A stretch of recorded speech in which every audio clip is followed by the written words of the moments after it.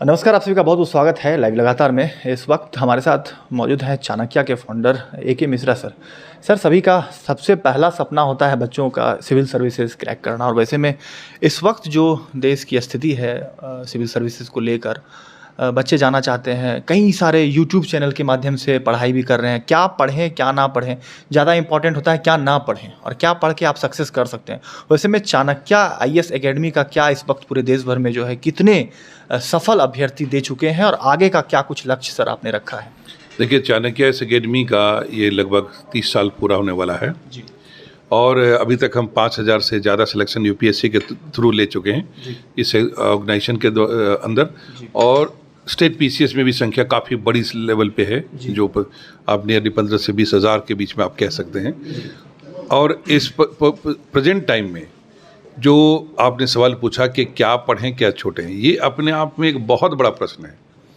क्या पढ़ें और क्या छोड़ें, क्योंकि स्टूडेंट को ये डिसाइड करना मुश्किल हो जाता है कि हम छोड़ें क्या। और ऐसे खास करके अभी जो सोशल मीडिया है, डिजिटल मीडिया का टाइम है, यूट्यूब पे इतने सारे आ रहे हैं, तो उसमें लेकिन स्टूडेंट को ये बड़ा ही रैशनलाइज करना पड़ेगा कि भाई कई चीज़ें फ्री मिल रही हैं, लेकिन समय फ्री नहीं है आपके पास, समय आपका है। और यदि 1 साल का सफ़र है, यदि आप तैयारी कर रहे हैं, या 3 साल का सफ़र है, तो आप अपने रोज़ के 8 घंटे ज़्यादा लगाएंगे तो 10 घंटे लगा सकते हैं।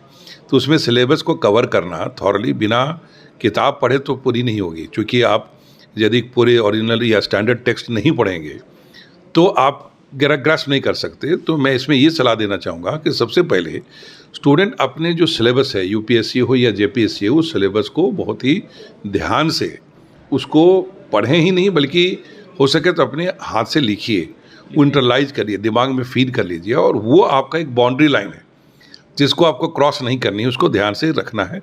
फिर कुछ पिछले 10 साल के क्वेश्चन को अपने साथ रखिए, जानिए वो एक बड़ा इंपॉर्टेंट चीज़ है। और उससे क्या हुआ, क्या पिछले सालों में क्वेश्चन पूछे गए वो आपको रिलेवेंट रखेगा, सही रास्ते पे रखेगा। तीसरी इंपॉर्टेंट चीज़ है कि एक स्टडी रिसोर्सेज हैं, उसमें मोस्ट फंडामेंटल बुक से पढ़ें। किसी भी बोर्ड का एग्जामिनेशन की किताबें बड़ी काम के आ सकती हैं, खास करके NCERT के जो बुक्स हैं उसके हमेशा प्रिस्क्राइब किया जाता है, चूँकि गवर्नमेंट पब्लिकेशंस के हैं, ऑल इंडिया लेवल की हैं, तो वो आपके काम आएंगे। प्लस जब ये इतना काम रेडी हो जाए, फंडामेंटल पे वर्क हो जाए, तो फिर जो स्टैंडर्ड बुक्स हैं उनमें चैप्टर विशेष as per need of questions syllabus, उसको ध्यान से पढ़ें। रहा यूट्यूब में देखने के लिए, चैनल के देखने के लिए कोई खास प्रोग्राम जो आपसे मैच कर रहा है, लगता है कुछ एडिशनल इन्फॉर्मेशन चाहिए, तो आप ज़रूर लीजिए। लेकिन इस एग्जामिनेशन का नेचर ऐसा है कि बहुत ही टू द पॉइंट प्रिपरेशन चाहता है। वर्ड लिमिट है, यदि आपको 200 वर्ड में लिखना है और आपने 20,000 वर्ड में कोई चीज़ सुन रहे हैं, पढ़ रहे हैं, तो आप कॉम्प्रहेंड नहीं कर पाएंगे। कॉम्प्रहेंशन स्किल को डेवलप करना, प्रेसिस स्किल को डेवलप करना, ये इस एग्जामिनेशन की बहुत इंपॉर्टेंट रिक्वायरमेंट। तो इसमें ख़ास तौर पे मैं कहना चाहूँगा कि सिर्फ पढ़े नहीं, पढ़ने के साथ सोचना, लिखना और बोलना, ये सारा कॉम्बिनेशन चाहिए। टेक फॉर एग्जांपल 2 घंटे के मान लीजिए पढ़ाई का एक शेड्यूल बनाया, तो आप 1 घंटे 30 मिनट पढ़िए, 1.5 घंटे पढ़िए, 15 मिनट उसी को रिकॉल कीजिए, सोचिए कि आपने क्या पढ़ाई की और उसका उपयोग क्या होने है जाना है जब आप सिविल सर्विसेज में होंगे, सर्विस में होंगे। और अगला 15 मिनट उसको लिखिए इमीडिएटली उसी समय। और जब भी मौका मिले, चाहे अपने जूनियर के साथ या कोई फ्रेंड के साथ, किसी घर में पेरेंट्स के साथ, उसको कभी कभी आप शेयर भी कीजिए कि क्या जो कुछ पढ़ा है आप सहज लैंग्वेज में उसको समझा सकते हैं क्या। सिविल सर्विसेज की सबसे बड़ी खासियत है कि आपको सिंप्लिसिटी एंड लूसिडिटी, क्लियरिटी बहुत इम्पॉर्टेंस रखता है, और ये अनफॉर्चुनेटली इस चीज़ को हम यूनिवर्सिटी एजुकेशन में सिखा नहीं पाते, और सिविल सर्विसेज में अचानक इसकी रिक्वायरमेंट होती है। तो उसके अकॉर्डिंगली तैयारी करें तो प्रिपरेशन सही रहेगा। सर, एक बहुत बड़ा सवाल यह आता है कि बच्चे जो पढ़ना चाहते हैं चाणक्य IAS एकेडमी में, उनके लिए फ़ीस के लिए एक इशू आते हैं कि फ़ीस कितने लगेंगे, कैसे हम प्रक्रिया एडमिशन कराएं, कहाँ कहाँ ये ब्रांचेज हैं, क्योंकि झारखंड में राजधानी रांची में भी है। तो उस वैसे स्टूडेंट्स जो सिविल सर्विस की तैयारी करना चाहते हैं, उनको क्या कुछ संदेश देना चाहेंगे आप? देखिए, इसमें क्या है कि एक्चुअली एक ऑर्गेनाइजेशन को चलना है तो फीस तो चाहिए, उसमें तो प्रैक्टिकल रिक्वायरमेंट है। लेकिन जितना भी संभव हो पाता है, हम मेरिटोरियस बच्चों को स्कॉलरशिप का प्रावधान रखते हैं हर सेंटर में, कि कुछ % स्टूडेंट को मेरिट की बेसिस पे, उनकी मेहनत के कारण से हम उसको एक्नॉलेज करें और यदि पैसे नहीं तो उसके कारण से उसकी पढ़ाई ना छूटे। ये इस चीज़ की हम लगातार अपनी ओर से पहल करते हैं। बाकी काफ़ी गवर्नमेंट की ओर से भी आजकल सुविधाएं मिल गई हैं, जो OBC SC ST बच्चे हैं उसके पास सोशल जस्टिस मिनिस्ट्री से काफ़ी सुविधा हो कि आप फॉर्म भरिए, किस ऑर्गेनाइजेशन में जाना है वहाँ एडमिशन लीजिए, आपको वहाँ पैसे देते हैं। स्टेट गवर्नमेंट के भी काफ़ी सारे स्कीम होते हैं, उसमें भी कोशिश कर सकते हैं। प्लस इसके अलावा हम लोग फाइनेंशियल इंस्टीट्यूशंस जो हैं वो 0 इंटरेस्ट पर आजकल जो है इंस्टॉलमेंट प्लान दे देते हैं स्टूडेंट को, उसको भी मदद मिल जाती है स्टूडेंट की कि इकट्ठा पेमेंट नहीं दे पा रहे हैं तो 8-10 इंस्टॉलमेंट में पे कर सकते हैं with the help of financial institutions. तो ये सारी जितना भी हम मुहैया करा सकते हैं अलग अलग लेवल पे, तो हमारी कोशिश रहती है कि उनकी पढ़ाई इसके कारण से ना रोके। पढ़ाई चूँकि तैयारियाँ जो है टेक्नोलॉजी बेस्ड ज़्यादातर देखी जा रही है, डिजिटलाइज्ड हो जाए, नेट की दुनिया है, वैसे में आगे की क्या कुछ रणनीति है चाणक्य आई से? देखिए, डिजिटली हम लोग ऑलरेडी ऑनलाइन में भी एजुकेशन दे रहे हैं। कोरोना में के टाइम में शायद हम लोग पहले व्यक्ति थे जो इमीडिएटली सारे 10,000 बच्चे जो पढ़ रहे थे अलग अलग सेंटर में, इमीडिएटली उनको हमने ऑनलाइन प्लेटफॉर्म दे दिया। और आज के दिन में क्या है कि हमारे सुविधा है कि आप सेंटर में भी आके पढ़ सकते हैं, आप ऑनलाइन भी एजुकेशन ले सकते हैं, दोनों का कॉम्बिनेशन भी बना सकते हैं एज़ पर योर नीड। तो चाणक्य ऑलरेडी डिजिटलाइज प्लेटफॉर्म पे जा चुका है।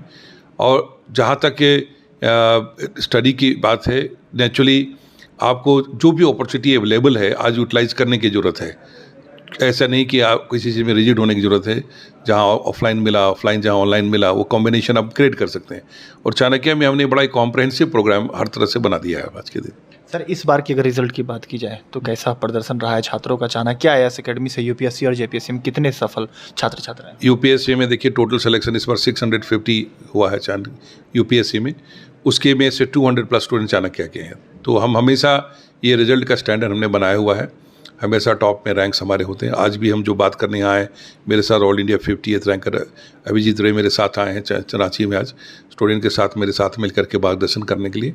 और जहाँ तक JPSC की बात है तो 55+ सिलेक्शन इस बार JPSC में भी हुआ है। सर, एक बहुत अहम सवाल होता है कि कितने साल की पढ़ाई अगर अभ्यर्थी जो करे तो वह सफल हो सकते हैं? चाणक्य एक ये रहता है कि 1 साल पर करना होगा, 2 साल करना होगा, 3 साल करना होगा, कितने अटेम्प्ट लेने होंगे, या एक बहुत बड़ा संशय रहता है छात्रों में? ये देखिए, ये कोई अटेम्प्ट और समय की कोई कैलकुलेशन का मतलब नहीं है।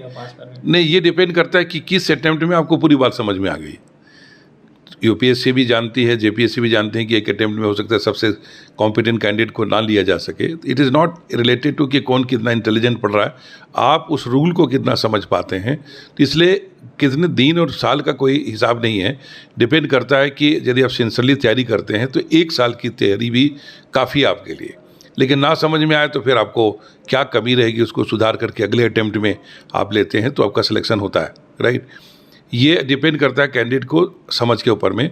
लेकिन यदि आइडियल कंडीशन आप पूछेंगे तो हम चाणक्य में जैसे 12th के बाद हमने 3 years कोर्स लॉन्च किया हुआ है, तो हम कहते हैं कि आप कॉलेज के दौरान में 3 years मेहनत करें तो 21 साल की उम्र हो जाएगी, आप ग्रेजुएट हो चुके होंगे और साथ साथ आप एग्जामिनेशन देंगे तो एक आइडियल कंडीशन होगा। और ग्रेजुएट हो चुके हैं या फाइनल ग्रेजुएशन में तो 1 साल का प्रिपरेशन करें तो you have all the possibility of qualifying in the first attempt itself. तो निश्चित रूप से इन्होंने कहा है कि अगर आप 12th करते हैं और तब से ही अगर चाणक्य के साथ जुड़ जाते हैं तो कहीं ना कहीं आप फर्स्ट अटैम्प्ट में UPSC JPSC क्रैक कर सकते हैं। समय ना गवाएं और जो ऐसे तैयारी करने वाले छात्र छात्राएं हैं वह चाणक्य IAS एकेडमी से जुड़ कर अपना भविष्य उज्जवल कर सकते हैं, क्योंकि अब तक का परफॉर्मेंस जो है एकेडमी का बहुत ही सुनहरा रहा है, अच्छा रहा है और कई सारे IAS IPS और JPSC के सिविल सर्विसेज के स्टूडेंट्स जो है अब तक यहाँ से सफल हो पाए हैं। लाइव लगातार के लिए रांची से मैं कौशल कुमार।